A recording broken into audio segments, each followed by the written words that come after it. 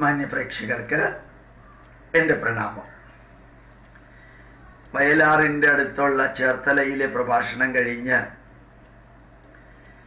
Marxist പാർട്ടികളുടെയും communist പ്രസ്ഥാനങ്ങളുടെയും ചോര തിളയ്ക്കുന്ന സംഭവങ്ങൾക്ക് ആധാരമായിട്ടുള്ള പുന്നപ്ര വയലാർ പ്രതിഷേധവും എതിർപ്പും വാരിക്കുന്തം കൊണ്ട് CPIയുടെ സൈന്യത്തെ നേരിടുകയുമെല്ലാം ചെയ്ത ആവേശോജ്വലമായിട്ടുള്ള ആലപ്പുഴയില്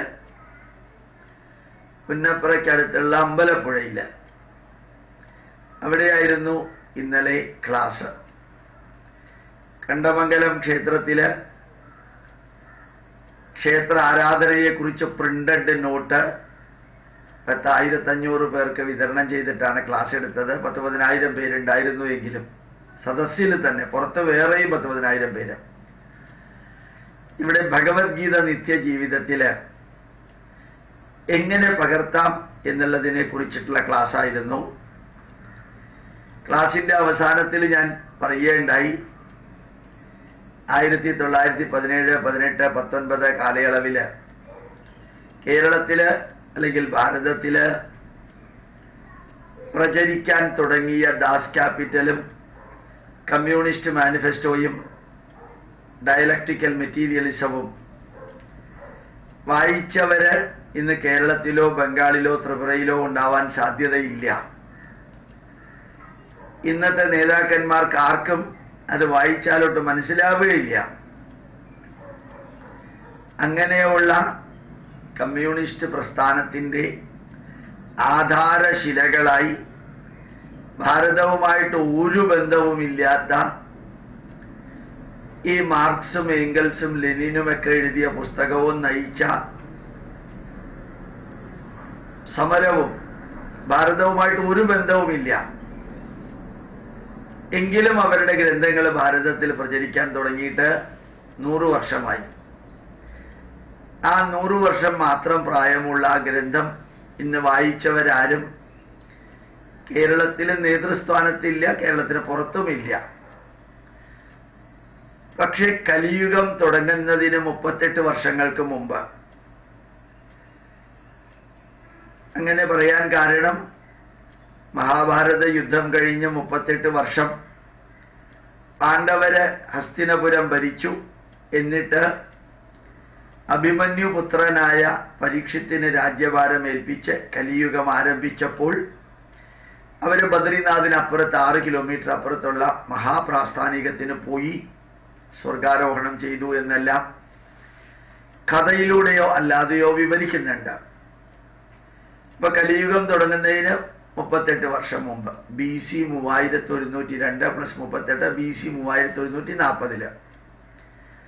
ഇപ്പോഴത്തെ കണക്കനുസരിച്ചിട്ട് 5157 വർഷങ്ങൾക്ക് മുമ്പാണ് ഭഗവത്ഗീത എഴുതിയത്, ഉപദേശിച്ചത്.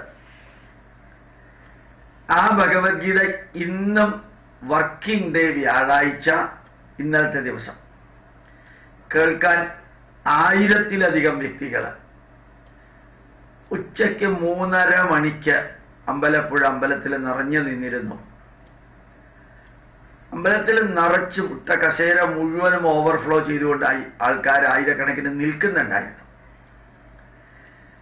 ഇപ്പോ 51.5 നൂറ്റാണ്ടുകൾക്ക് മുമ്പ് എഴുതിയ ഗ്രന്ഥം വായിക്കാനും അത് 100 കണക്കിന് വിദേശ യൂണിവേഴ്സിറ്റികളിൽ പഠിപ്പിക്കാനും മാനേജ്മെന്റിന്റെ തന്നെ ഭാഗമായിട്ട് സ്വീകരിക്കാനും ലോക ജനത കൈനീട്ടി മുമ്പോട്ട് വരുമ്പോൾ ഹൈന്ദവ ജനതയുടെ ആധാര ഗ്രന്ഥങ്ങളിൽ ഒന്നായിട്ടുള്ള ഭഗവത്ഗീത ഇന്നും സ്വീകരിക്കാൻ 10,000 മുമ്പോട്ട് വരുന്നു, വിദ്യാർത്ഥികൾ പഠിക്കുന്നു. അതേസമയം 100 വർഷം പ്രായമായ ആ പുസ്തകങ്ങളുടെ അവസ്ഥ നോക്കുക. ത്രേതായുഗത്തിലെ രാമായണം ഇന്നും ജനങ്ങൾ വായിക്കുന്നു. ദ്വാപരയുഗത്തിലെ ഭാഗവതവും ഭഗവത്ഗീതയും പഠിപ്പിക്കുന്നു. അങ്ങനെ കാര്യങ്ങൾ വിവരിച്ചു. പിന്നെ ഭഗവത്ഗീതയിലെ ഒരു ഭാഗികമോ പൂർണ്ണമോ ആയിട്ടുള്ള 25 ശ്ലോകങ്ങൾ, 700 ശ്ലോകങ്ങളുള്ളതിൽ 25 ശ്ലോകങ്ങൾ ഇന്നത്തെ കാലഘട്ടത്തിൽ അനുയോജ്യമാം വിധത്തിൽ വിവരിക്കേണ്ടായി. അമ്പലപ്പുഴ ക്ഷേത്രത്തിനകത്ത് ധന്യമായിട്ടുള്ള പ്രവർത്തനങ്ങൾ നടത്തുന്ന ഉപദേശക സമിതിയുടെ ചിന്തിക്കാൻ സാധിക്കുന്നതിലപ്പുറത്തുള്ള ഒരു പ്രത്യേകത കണ്ടത്, അമ്പലപ്പുഴ ക്ഷേത്രം ഏത് റെസിഡൻഷ്യൽ അസോസിയേഷന്റെ ഉള്ളിലാണോ പെടുന്നത്, സോപാനം റെസിഡൻഷ്യൽ അസോസിയേഷൻ, ആ സോപാനം റെസിഡൻഷ്യൽ അസോസിയേഷനും അമ്പലപ്പുഴ ക്ഷേത്രത്തിലെ ഉപദേശക സമിതിയും ചേർന്ന് ധന്യമായ രീതിയിൽ നടത്തിക്കൊണ്ടിരിക്കുന്ന പ്രഭാഷണത്തിന്റെ പരിപാടികളുടെ ഒരെണ്ണമായിരുന്നു എൻ്റെ പ്രഭാഷണം. ഓഡ് ടൈമില് 4 മണിക്കുള്ള പ്രഭാഷണം കൃത്യം 4 മണിക്ക് തുടങ്ങി 3:30 മണിക്ക് തന്നെ എല്ലാവരും എത്തിയിരുന്നു. ഏതാണ്ട് 2.25 മണിക്കൂർ സമയം പ്രിന്റഡ് നോട്ട് ഭഗവത്ഗീതയെക്കുറിച്ച് കയ്യിൽ കൊടുത്തിട്ട് സമകാലീന പ്രസക്തമാം വിധത്തില്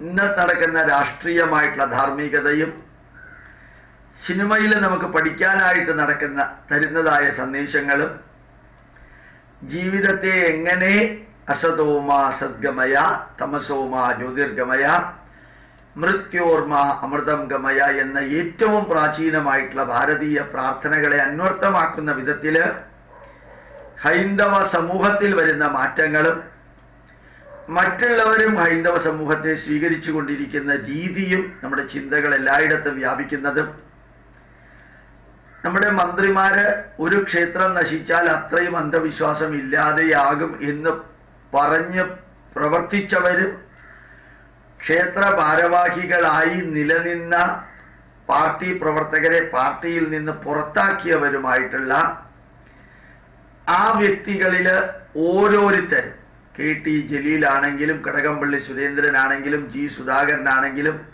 ശ്രീ പിണറായി വിജയനാണെങ്കിലും അച്യുതാനന്ദന്റെ മകനാണെങ്കിലും KR ഗൗരി അമ്മയുടെ മാനസികാവസ്ഥയാണെങ്കിലും കോടിയേരി ബാലകൃഷ്ണന്റെ വീട്ടിലുള്ള ആത്മീയതയാണെങ്കിലും എണ്ണി എണ്ണി എണ്ണി പറഞ്ഞുകൊണ്ട് അറിയാതെ നീ ആദിയിലേക്ക് ഒഴുകും എന്ന് യേശുദാസ് പാടിയ പാട്ടിന്റെ അർത്ഥം പറഞ്ഞുകൊണ്ട് എങ്ങനെയാണ് ഹൈന്ദവ മനസ്സുകളിലും ഹൈന്ദവ വീടുകളിലും ഹൈന്ദവ സംസ്കാരത്തിലും ഭാരതത്തിലും ഹിന്ദുധർമ്മം തിരിച്ചു വരുന്നത് എന്നും വ്യക്തമായി പറഞ്ഞുകൊണ്ട് നമ്മുടെ ധർമ്മത്തിന്റെ വിവിധ വശങ്ങളെ വിവരിച്ചുകൊണ്ട് അതിൽ അന്ധവിശ്വാസങ്ങളും ദുരാചാരങ്ങളും ഇല്ലാതെയാകണമെന്ന് പറഞ്ഞുകൊണ്ട് ഭഗവത്ഗീതയിലെ പദാനുപദമുള്ള സമകാലീന പ്രസക്തമായിട്ടുള്ള വരികള് വിവരിച്ചു കഴിഞ്ഞ് പ്രിന്റഡ് നോട്ട് 24 എണ്ണം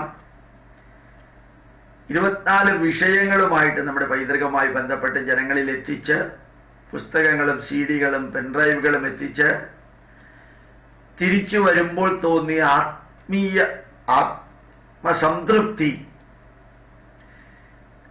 ഇനിയും എത്ര കാലം ജീവിക്കുന്നു അത്രയും കാലം ശരീരം തളർന്നാലും നാക്ക് തളരരുതേ ജഗദീശ്വര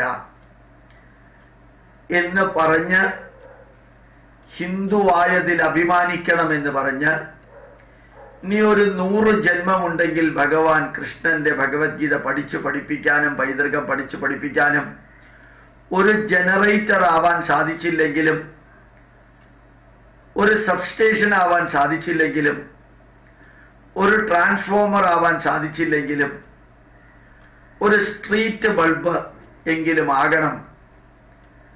ആ സ്ട്രീറ്റ് ലൈറ്റ് ഹോൾഡ് ചെയ്യുന്നൊരു ഹോൾഡർ എങ്കിലും ആവണം.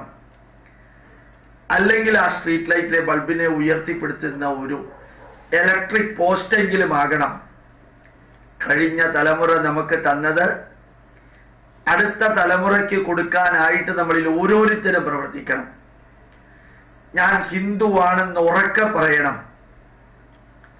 കമ്മ്യൂണിസ്റ്റ് പാർട്ടിയുടെയും കോൺഗ്രസിന്റെയും നേതാക്കന്മാര് പള്ളിമേടകളിലും മസ്ജിദുകളിലും അതേപോലെ തന്നെ മുസ്ലിം നേതാക്കന്മാരുടെ വീടുകളിലേക്കും പോകുന്നതൊന്നും അവരുടെ മതേതരത്വത്തിനെതിരല്ല.